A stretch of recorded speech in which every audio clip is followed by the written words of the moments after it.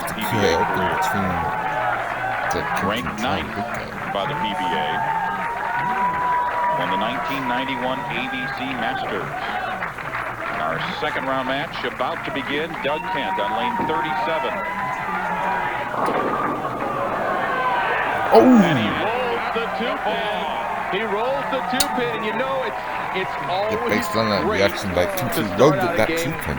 on some kind of an up note. He got a super break there. Well, they came all the way to Peoria to bowl this match. Tom Baker and Doug Kent could have driven about 40 miles each and met in the middle. They lived very close to each other in New York. And Baker is still... The big match is Kent strike with the strike to the zone. Well, that opening shot of Doug Kent didn't bother Tom Baker. As you can see, boy, you just want to put the ball there every time. Tom is experiencing what he calls his second or even third childhood. And he's found new ways to express himself. You see the haircut. You can't see his left ear, but he's got an earring. And as we learned last night, that's not the only place he's pierced. We'll leave it to your imagination. And he leaves the half 10. Comes back sort of shaking his hand as if he didn't really get the proper lift on the ball. And very possibly that's why he's going to switch balls. This is also a reactive ball, but it's a reactive ball that will go a little straighter than his strike ball. Hang on. Ooh. And it's a good thing he switched bowling balls because he wouldn't have made it with the other one. No problem, he says. Yeah, right, Tom. But no problem. But when you're shooting at a single pin, all you have to do is just touch it. But that's taking it to the extreme, Tom. So Baker opens, strikes fair. Doug Kent in the second frame. Trying to take an early lead to take advantage of the good break in the first frame, and he's done it. Kent opened up with a double. Kent opens with a double. The game goes by so quickly, Mike, and if you're fortunate enough to ever get a good break, you have to capitalize. That's exactly what Doug Kent has done. Rolled the 2-pin on lane 37. Now he's back up on that lane. Will he have to make a little bit of an adjustment?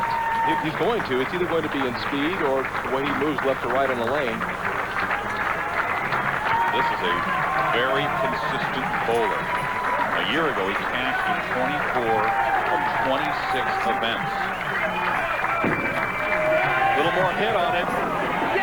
He went for extra fingers. You could see it in his delivery. Didn't slow the ball speed down, went for extra kick. We'll take a look and watch when he releases the ball. Watch his fingers rotate up the back of the ball with a lot of wrist lift kick. Gets the pins to fall over. Tom Baker, who had it very, very much his way last game, finds himself 20 pins in the rears going into the third frame. And that's the same half 10 he left the last shot, Mike. So Tom Baker opened with a strike, the spare in the second, and now a 9 here in the third. Baker opened with a 265 to 190 win over Mark Roth. And now he's struggling a little bit as he moves over to lane 37. You realize that wherever Tom Baker goes, it's going to be the very simple one-word question. Where? Yeah, exactly. After your lead-in, yes. Pierce the left ear. And what he said was that he gives a present to himself for performing well in tournaments, and he'll pierce just yet another part of his body. I said, did it hurt? He said, oh yeah, this has got to stop, Tom, and you need to start striking. Well, he pierced the pins there. Finally a strike for Tom Baker. The strike in the first, followed by 2 spares, and now a strike in the fourth for Baker. Doug Kent is working on 3 in a row. And he'll go for number 4 when we come back to Peoria. Doug Kent with a 21-pin lead in the fourth frame in our second round match here in Peoria. This is the lane that he came in high flush on last time. After commercial, another great shot. You know, I was talking with Doug last night, and he said, Marshall, You're not going to tell everybody what a bad spare shooter I am again, are you? As you see, just a nice high flush in the pocket. And, you know, hopefully, Doug, I won't be able to tell anybody what kind of a spare shooter you are this game if you just keep on throwing those strikes. Well, the interesting thing about Doug this week is he told me he never really felt comfortable all week. He fished around the whole time trying to find the proper field. He says he never really found it, and yet he made the top 5 with the 3rd seed in the tournament. I believe that's indicative of his great talent. Hang on, ball. Now Doug Kent giving Tom Baker a little of what Tom Baker just gave Mark Roth. We'll take a look at a great shot from the center of the lane. Doug Kent. And he's got both lanes figured out now. No good break on that shot, just a great shot. Tom Baker, former high school football fullback. I think he was a little bigger back then.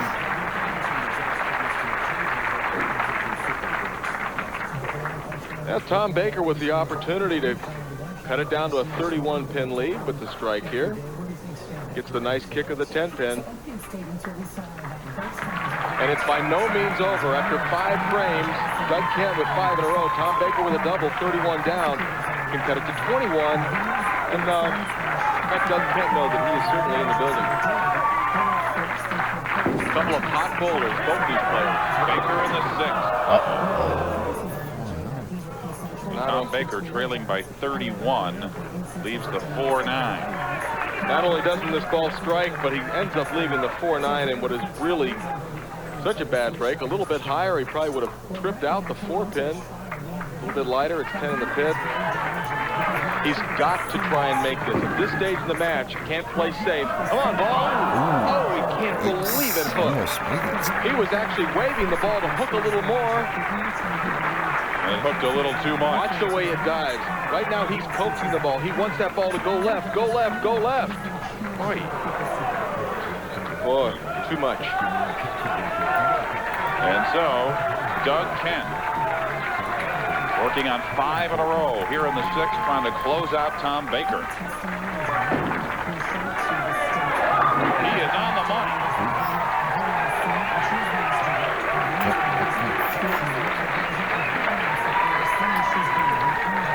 Another great shot. Watch the projection.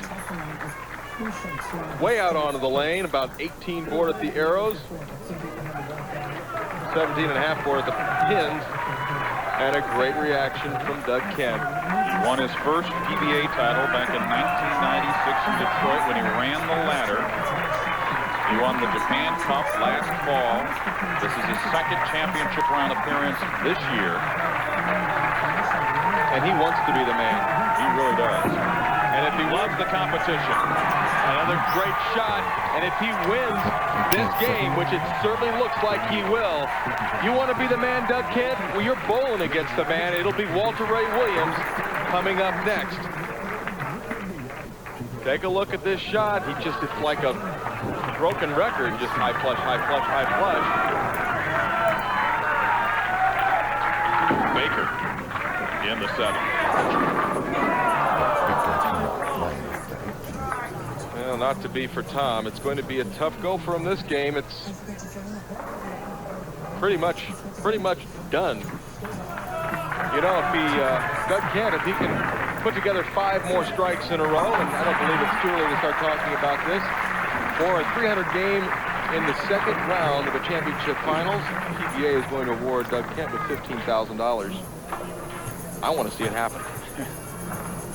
We've come close a couple of times so far on our PBA Winter Tour. And what's interesting is that Doug is doing it playing a line that really wasn't used that much this week. And Bakes finally knocks them all down.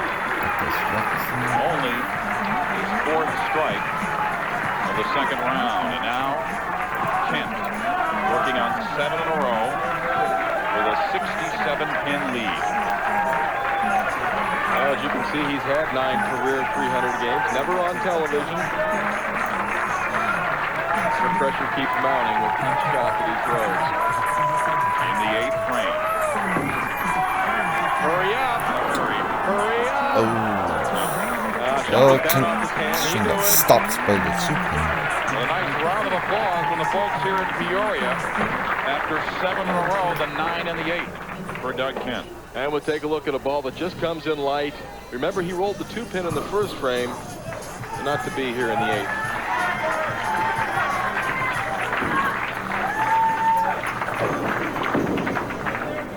He picks up the spare.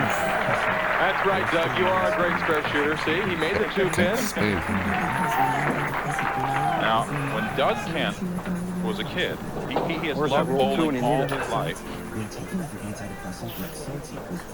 He was at a junior league banquet, and Mark Roth was the speaker at that banquet. And he says he just sat there in awe of Mark Roth. That was the proper thing to do, Doug. Quite an inspiration for a young man to meet an idol like that early. Yeah, all of a sudden, Doug having a little bit of trouble controlling the pocket. Comes in light on 38, comes in high on 37. And it's not going to be a problem in this match, but what does that do to get you thinking for the next match? Well, right now, what it does is it gives Walter Ray Williams Jr. just a little bit more confidence to see that Doug Kent does have a little bit of a struggle going on right now late in this game. He's got to be thinking about getting himself in stroke because he's got the toughest player in the world coming up. So the spare in the 9th for Doug Kent with a big lead over Tom Baker. We continue our second round match. Doug Kent going to close out Tom Baker.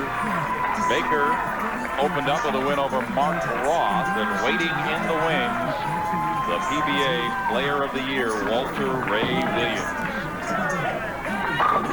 And Tom Baker, the best he can do right now, 223. And if Doug Kent were to fall asleep right now, he has 227 already made. So, Doug, you have won this game. You're aware of that. And right now trying to compose himself to get ready for the next game, because it does make a difference when the name of your competitor is Walter Ray Williams Jr. You bet it does. Baker in the 10th frame. That's his 3rd in a row. Well, there's the strip of the 4 that he needed back in the 6th frame when he left the 4-9. He's got a great attitude. I mean, he's smiling out there. He's enjoying himself more at 43 on tour than he did when he was a great player back in the early 80s. Yeah, he went through a slump in the early 1990s. He had the wrist surgery. Then he changed his just whole way of being, he said. And he's much tougher mentally, he told me, than he's ever been. And he's really had a consistent year so far in 1998. As consistent as anyone. I mean, he's second time on our televised finals. Just missed a couple of weeks ago. A very, very consistent player and a fan favorite. We'll see if he can strike out. That's how it ends. 4 in a row for Tom Baker. He closes out a great week with a 223 in our second round match today. Now it's time for Doug Kent to get back to business. Here we are in the 10th frame. Let's prepare for the next match, Doug. That's pretty good preparation. That's the way he wants it. You know, and look how serious he is. He's not taking anything for granted right now. He knows the task ahead of him is a tall one. And if he wants to be the man, you've got to knock off the man. Even though Walter, only his first check of the year, which is amazing after the consistency he's had over the past 10 years or so, he's making a statement to everyone that he has returned. Second row in the 10th, and yet another strike for Doug Kent. It's amazing how good it comes out your hand when you don't need it. When you don't need it, no problem. And I talked to his ball rep, Brian Purcell, last night, and Brian told me that he really was having trouble getting the ball off his hand consistently. It would hang or it would drop off a little bit. About 267. You don't need it? No problem. That was a great game by Doug Kent. 267 for Doug Kent. Tom Baker's 223. Hope you like and subscribe. So Doug Kent